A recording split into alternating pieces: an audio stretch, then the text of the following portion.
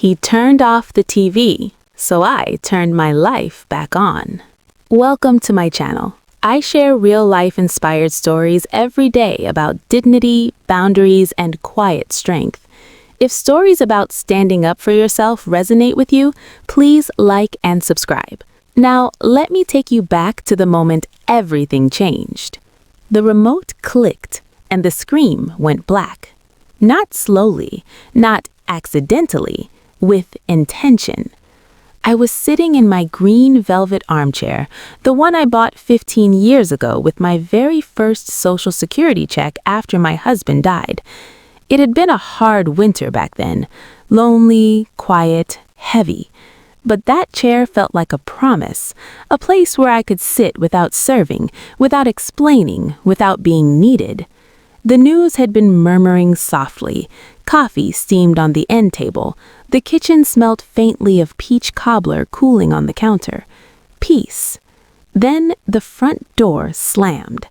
I didn't turn my head. I already knew. Derek. My son-in-law walked into the family room like a man entering a territory he believed he owned. His footsteps were heavy, impatient. Behind him, my daughter Lena shuffled in with grocery bags, shoulders curved inward, eyes glued to the floor. Derek stopped directly in front of the television, blocking my view. He grabbed the remote. Click. "Go to your room, old woman," he said. "I've got the game on. This living room is mine now." The silence that followed was louder than any shout. I slowly lifted my eyes and looked at Lena. She stood frozen in the kitchen doorway, fingers white around the plastic handles of the bags.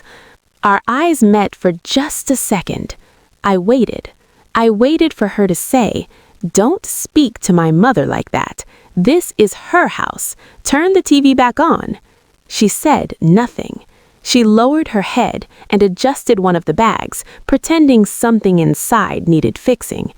That small movement broke something open inside me.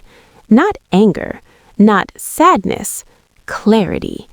I had worked 35 years at the county recorder's office, deeds, titles, legal ownership. One thing my job taught me very well was this: words fade, documents do not. I stood up. My knees cracked in protest, but my spine straightened like it remembered something important. Derek was already sprawled on my couch, unbuttoning his shirt, cracking open a soda. In his world, I had become furniture, useful, silent, replaceable. I walked past him without a word and went into my bedroom, not to cry, not to hide.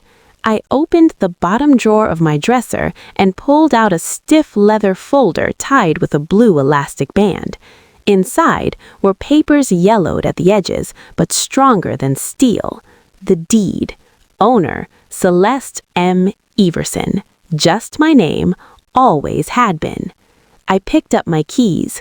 I looked at myself in the mirror. Short gray hair, glasses on a chain, navy blouse, linen trousers. I looked like exactly what they thought I was. Harmless. That had been my camouflage. I walked back through the family room. The sports channel was blaring now.